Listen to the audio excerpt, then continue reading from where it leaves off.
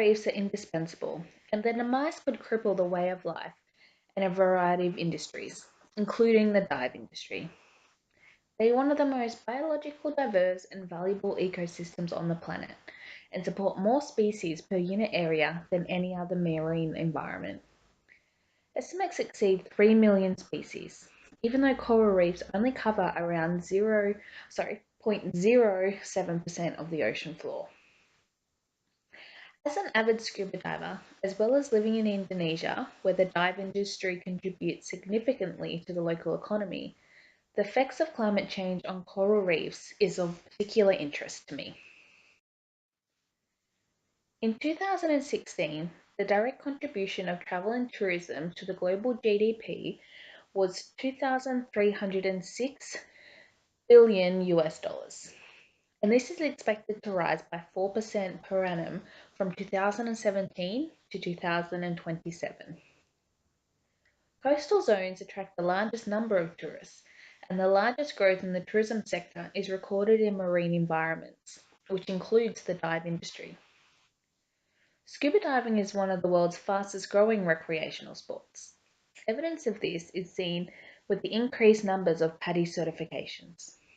PADI certifications grew from 2.5 million in 1988 to 25 million in 2017. The majority of scuba diving occurs on coral reefs, and the motivations of divers center around the dive experience, such as diversity and size of marine organisms, clear waters, colorful corals, and unpolluted sites, which generally translates to healthy coral. Yet coral reefs are in serious decline. 1/5 of the world's coral is lost or severely damaged, and it is estimated that if present rates continue, 60% of the world's coral reefs will be destroyed over the next 30 years. Drivers of the declining coral reefs include pollution and overfishing. These are also being compounded by climate change impacts such as increased storms, acidification, coral bleaching, and rising water temperatures. A declining coral reef, as the effects of climate change become more obvious, will suggest a decline in dive numbers based on the motivation of divers. CO2 levels have increased by 40% globally, from 278 parts per million in 1750 to over 400 parts per million in 2016.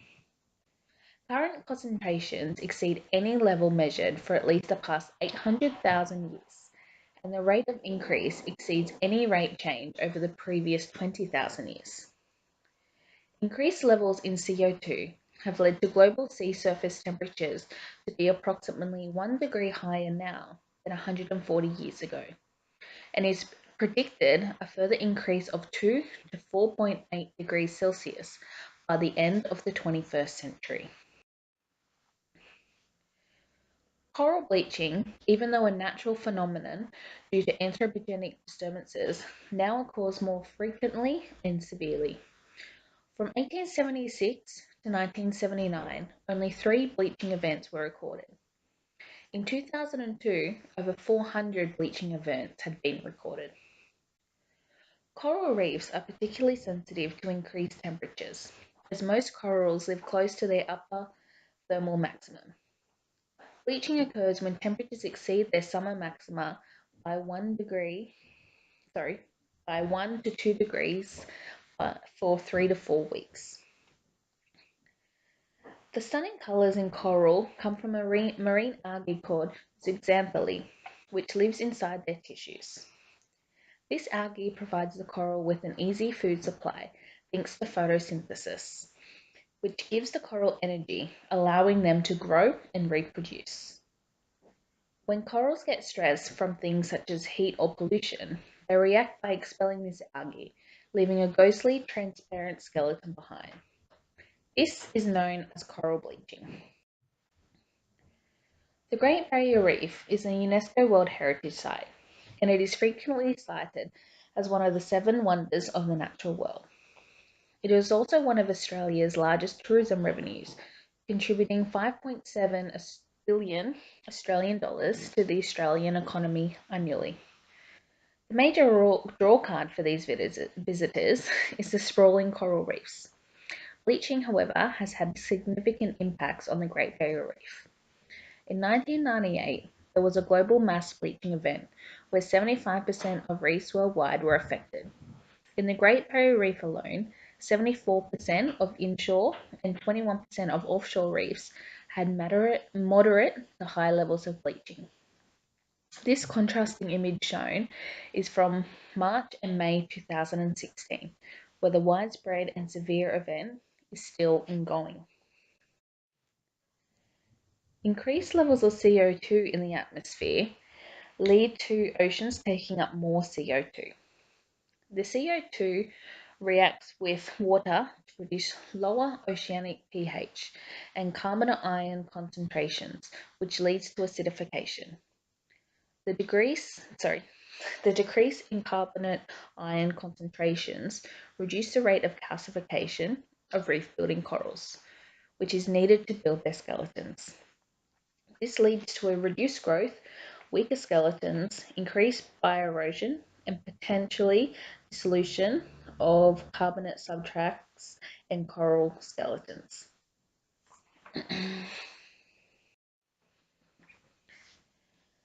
The dive industry itself can also contribute to coral decline. Most certified divers are in Western countries, whereas the top dive sites in the world are located in developing nations.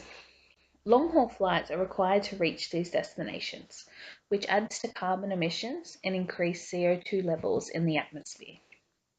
The tourism sector alone contributes to 5% of global emissions, and this is projected to more than double over the next 20 years. The act of scuba diving itself also directly contributes to coral reef damage, particularly at heavily dived locations. A study conducted in the Philippines as part of the Green Fins program found that 100% of recreational divers followed, 88% made contact with the reef at least once per dive. Divers' contact with the reef can result in damages such as skeletal breakage, tissue abrasion, and there are also high incidences of coral disease reported. These impacts may significantly limit a coral reef's ability to withstand widespread reef stresses, such as coral. Divers are generally perceived to have goal-driven behaviour. Prominent motivations are to experience the beauty of nature, to seek adventure and new challenges, and to experience something new. However, some experts believe that the sport of scuba diving will be non-existent by the year 2050 based on these motivations, as reefs become grey, broken, and dead from the effects of coral bleaching and acidification, and generally become less appealing for visitors. However, in some dive destinations, such as the Great Barrier Reef, visitor numbers have increased in recent years, as there may be a rush to visit a region before significant changes occur. This could be attributed to certain destinations being labelled as potential last chance tourism. This is when tourists explicitly seek vanishing landscapes or seascapes. In a survey conducted on visitors in the Great Barrier Reef, it was found that 69% of tourists visiting the Great Barrier Reef had been driven by a sense of urgency to see the reef while there was still time. Developing nations may have less resources for reef management and mitigation. The implications of this is that there will be a reduced number of sites on which to dive, and if dive participation numbers were to stay the same or increase, this would result in overcrowding at these sites. This may be unsustainable as the sites cannot take the numbers, and the increased level of traffic would lead to further degradation. In the future, the demographics of divers on natural coral reefs may shift to an increased number of generalized divers rather than advanced. In a study conducted in Phuket, it was found that more experienced divers placed a higher significance on the expected flora and fauna of a dive site, where less experienced placed more emphasis on improving their dive skills, dive trip experience, and the social aspect. It was also found that overcrowding of sites leads to a high level of dissatisfaction in experienced divers rather than novices. This may lead to more experienced divers seeking out alternative dive experiences, such as cave diving, ice diving, wrecks, and underwater museums. Another factor which may influence the future demographics of dive tourism is shifting baseline syndrome. This refers to knowledge extension over time because younger generations are not aware of past biological conditions. Sustaining or advancing the quality of ocean diving requires improved protection of natural reefs from both government agencies and the diving community. Marine protected areas are a great tool for conserving coral reefs, and although they cannot prevent warming waters or bleaching, they are effective on a local level in reducing overfishing, declining water quality, coastal pollution, and maintaining visitor numbers, which helps in maintaining and enhancing resilience and limiting the longer term damages from bleaching and human impacts. An example is seen in the Great Barrier Reef 2050 long-term sustainability plan. Over the next decade, 2 billion Australian dollars will be invested in the project with an aim of developing reef resilience in the face of climate change. This is being done by improving water quality, maintaining biodiversity, ensuring port development, and the protection of marine life. Affluent countries have a responsibility to increase marine protected areas as they have the resources to do so. The majority of the world's coral reefs are found in developing countries, which lack the resources to respond to climate change and human impacts on coral reefs. It is in areas such as these where the diving community is stepping up to take initiatives to improve the health of coral reefs. PADI has implemented Project Aware, which is a non-profit organisation across 182 countries, which aims to increase environmental awareness through diver education, with a key focus in marine debris. Green Fins is another organisation which implements a set of environmental standards with a comprehensive management approach to provide guidance and support for dive companies and national authorities to promote best practices which will benefit the conservation of coral reefs and reduce unsustainable tourism practices in Asia.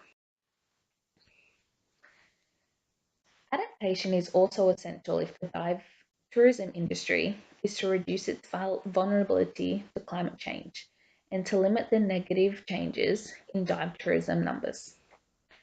Redirecting underwater activities from natural coral reefs to artificial reefs can be an ideal adaptation, as this aids in protecting the environment by alleviating the strain divers place on natural reefs and providing structures for corals to grow. They also meet the needs of scuba divers, as coral reefs may be subpar due to bleaching, and an artificial reef such as a shipwreck produces a new challenge for said diver. In recent years, in countries such as Australia and North America, it has become popular to sink ex-military vessels to create a new dive site. An example is the ex-HMAS Brisbane, which was sunk off the coast of Brisbane in 2005. It is estimated that the revenue generated by the marine park is over 4.5 million Australian dollars per year, and increased diving in the area by 5%. Underwater museums and statues are also becoming increasingly popular to alleviate diver numbers on natural reefs. In Cancun, Mexico, the Underwater Museum of Cancun consists of 470 life-size statues made from marine cement, which promotes the growth of algae and coral. The statues are beginning to disappear and be covered in a diversity of corals, sponges, and tropical fish. Tourism has increased in the area, and half of these tourists have been diverted to the statues, with the goal of redirecting all divers to the artificial reef. Similar museums to this are seen throughout the world, in Florida, Grenada, Canary Islands, and Bali. Another form of artificial reefs implemented are biorock coral nurseries. The nursery structures are made of welded construction steel bars in a variety of shapes using electrolytic mineral accretion technology. In 2017, I visited Pemutaran, Bali, which is home to the largest biorock coral nursery worldwide. There are more than 60 biorock structures covering a 2-hectare area installed since 2000, with local dive companies being the key stakeholders in the project.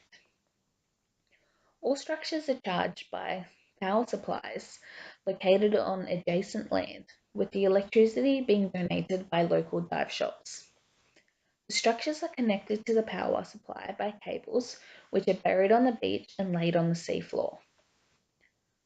This reef restoration has increased the marine biology and improved the underwater environment for tourists, and has significantly increased tourism in the area. Economic studies of the region report that in 2016 there was a 5-fold increase in diving activities in the reef restoration site, which amounted to a net benefit of over 62,000 US dollars per year. All scientific evidence points to the conclusion that coral globally will experience an extinction-like event. Various groups and governments are advancing a variety of solutions to forgo this crisis, but much hangs in the balance. Divers and their travel habits pose a dilemma for the future of coral flora and fauna. Travel to these sites directly triggers the underlying conditions of climate change. Regardless, despite these best efforts, the rise in CO2 levels will hinder forward progress. The dive industry economy will suffer a staggering blow, with developing countries suffering the greatest loss of natural beauty and revenue, unless alternative dive sites such as wrecks, museums, artificial reefs, and cave diving are sought out.